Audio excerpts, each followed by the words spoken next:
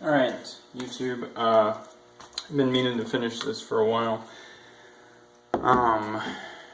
So I put up part 1 of how to make an axe sheath about a week ago. And this is the finished product. Got a snap here, rivets on the front, rivet on the back for the strap. And I'm going to show you how I got there. I apologize for not videoing all that, but I did not really have the time to get a decent camera set up to do this work, and I wanted to get it done. I actually made that video, that first one, probably 2 months ago, and I just haven't uploaded it until a week ago. And I've finished this in the meantime. So, the things you're going to need. You're going to need rivets and backs. So, here, I got these on eBay. You're going to need snaps. This is the bag with all the parts. Each snap has 4 parts. You're going to need a leather punch. I got this on Amazon for maybe $7. I also got this little punch and anvil kit on eBay, and you're going to need this mainly for the snaps. If you use a more traditional kind of rivet, you need this also, but for these kind, you don't really have to have this kit set up. So, just want to kind of show you what I did. To get this strap, if you'll recall, I had the leather laid out here. Actually, still have the mold that I used. And I took this all the way down to the bottom of the leather, and there was about 2 inches above it. So I used the leather that was above it to cut the strap.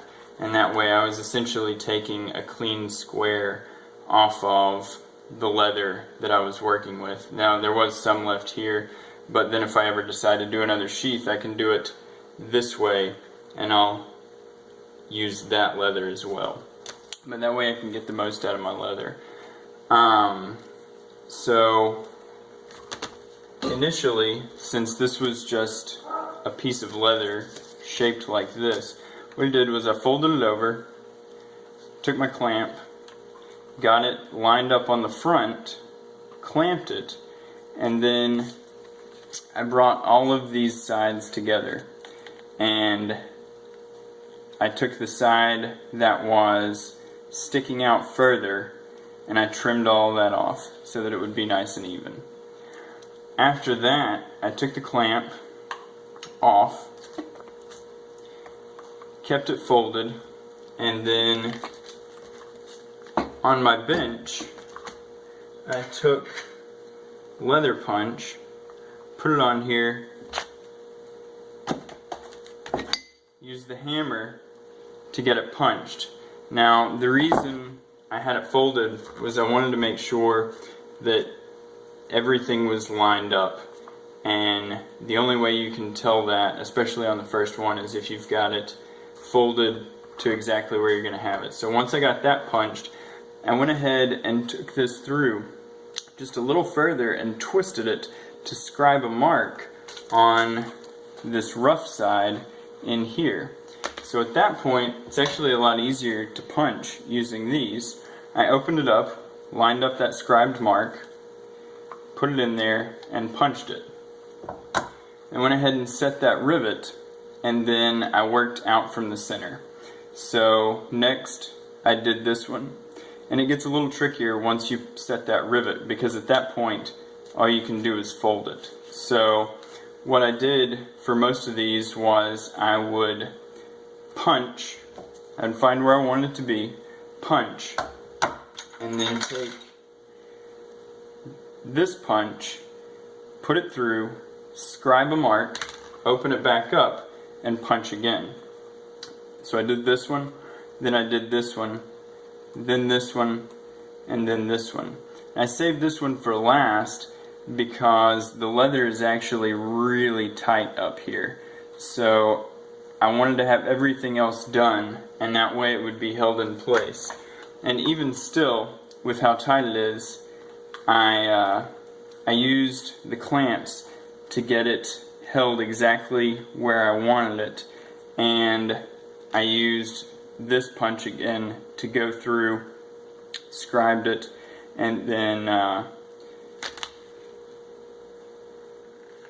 went to the other side and did it. Actually, I guess I didn't scribe it. I did it from that side and then did it from this side. This was the only one where I just did my best to get it close, and it worked out really well.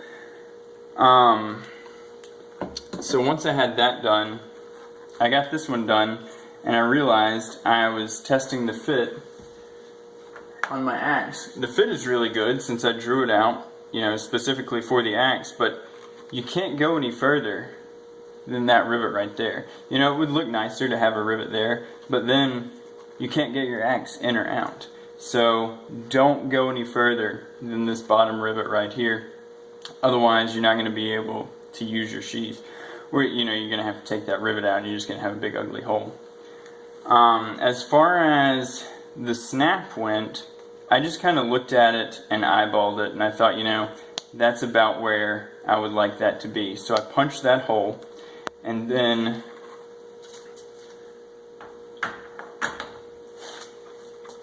on this side I went ahead and scribed directly across from it in this rough side, and took my leather punch and punched that hole. Cut my strip, took a rivet, attached it, and it will turn a little bit, but I basically got it at the angle that I wanted it to be at because I set the rivet pretty hard. So I attached it, and then I had already put this snap on, punched a hole for this snap, and there you go. So if you've never set rivets or snaps before, it's really easy. I'm not actually going to set this snap because the snaps are kind of expensive and I don't want to waste one. But you've got 4 parts.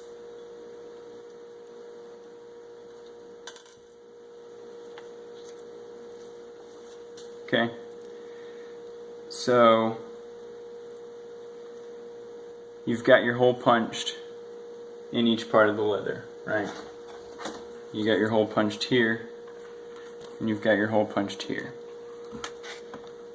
So these two are going to make this bottom part. This one will go underneath and come through the hole, so it'll be sitting up just a little bit above the leather. And then this one gets set on top of it. So at that point, what you're going to do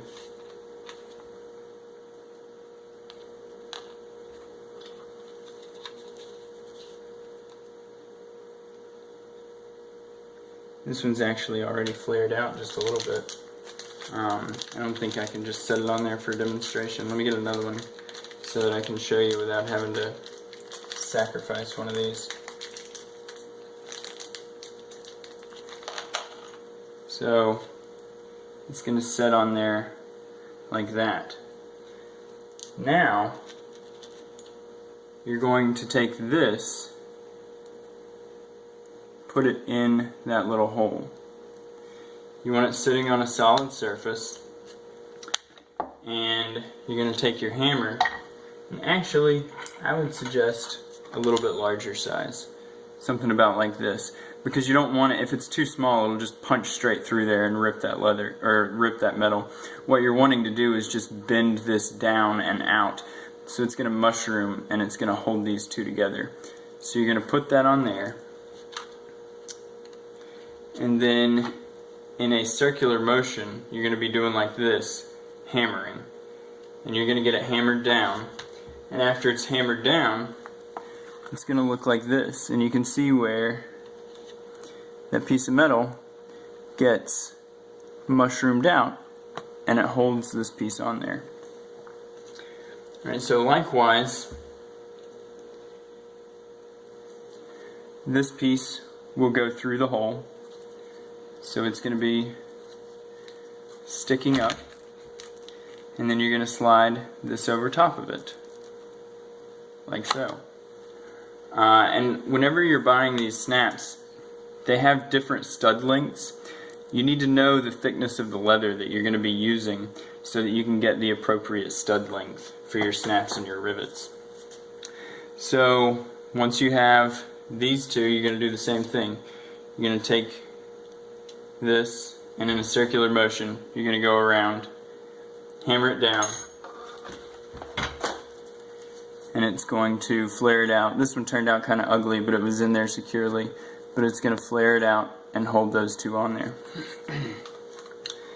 So I am going to show you how to set a rivet, because the rivets are a whole lot cheaper.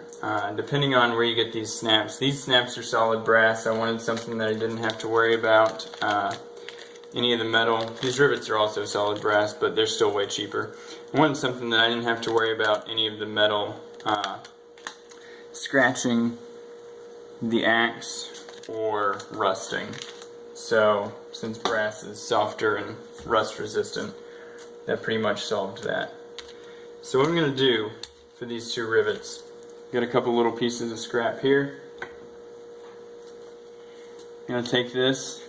You want to make sure that your punch diameter is just slightly larger than your rivet. So the way I found that was just by seeing what the smallest one was that I could fit it into. And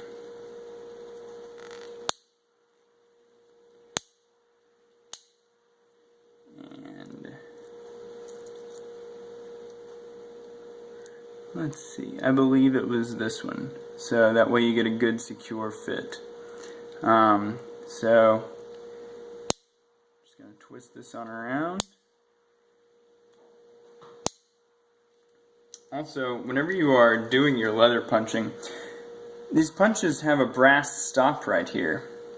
I would highly recommend rotating that out of the way, because it doesn't allow the punch to fully pass through the leather whenever it is right here. I'm actually not sure what the function of that stop is. So you want your punch over top of this rubber, and that way you can really get punched all the way through the leather, and you're not having to fight with getting this little piece of leather off there.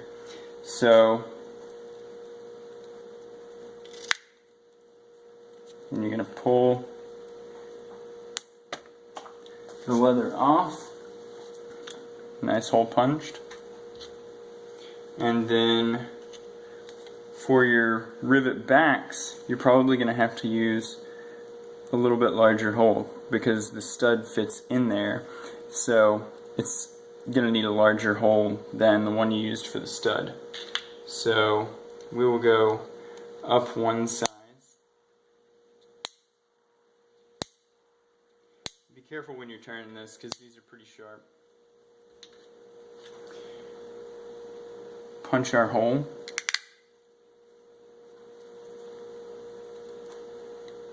My only real complaint with this is just getting the leather off once you've punched the hole. So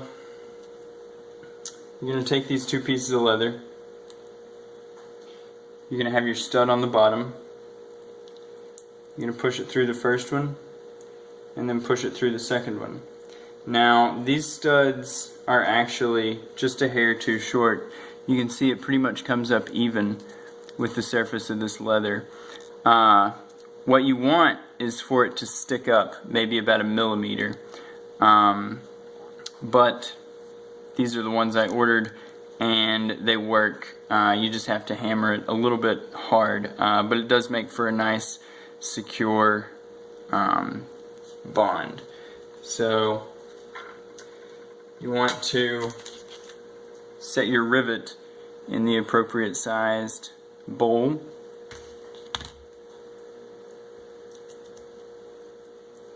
And basically this bowl just acts as a little anvil, and you're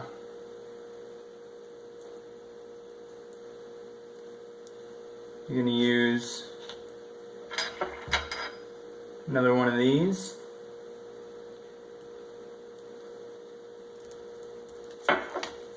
You want to make sure this is on something that is good and solid.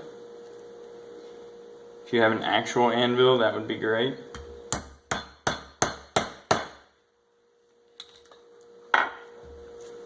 And there you go. And that's all it takes.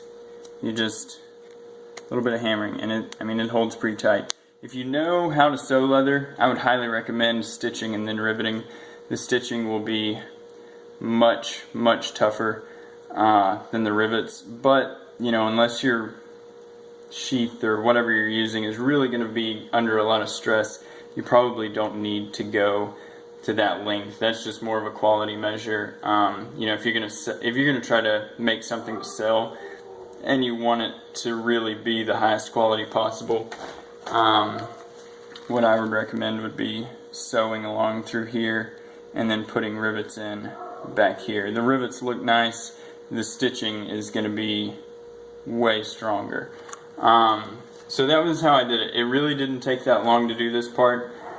Maybe, and bear in mind, this was the first time I'd ever done this, probably an hour. I could probably do it, now that I've done it once, I could probably do it in 20 minutes. But really just being careful, getting everything lined up. So once I got all this done, you can see it looks like it's kind of got marker lines on it, but what I actually did was I took some wax and melted it onto the end of this just to seal that leather up and protect it a little bit. I didn't do it on the rest of it because it's not pushed together, and so, but that was, I just put some wax on there and then kind of rubbed it on a tool handle to give it a little bit of a shine. But that's how I did it. And honestly, the first one will definitely take the longest. It'll probably take you a couple hours. I think all in all this one took me 2 or 3 hours, but that was without really consulting YouTube. I just decided this was something I wanted to do and started from scratch. If you've watched a few videos, you should be able to do this maybe in 1 to 2 hours your first go around, and then once you really have a good idea of what you're doing, I'd say less than an hour for any sheath after that. And materials in this, I've got maybe $5 worth of leather and $1.50 worth of snaps and rivets. So if you can sell these for $35 each, even $25 each, that's still going to come out to 19 bucks an hour, which is not bad money at all. So anyway, I apologize for not actually finishing this on camera, but that's how I did it all. If you have any questions, let me know. And if you like this and it was helpful, give me a thumbs up, and I will see you later.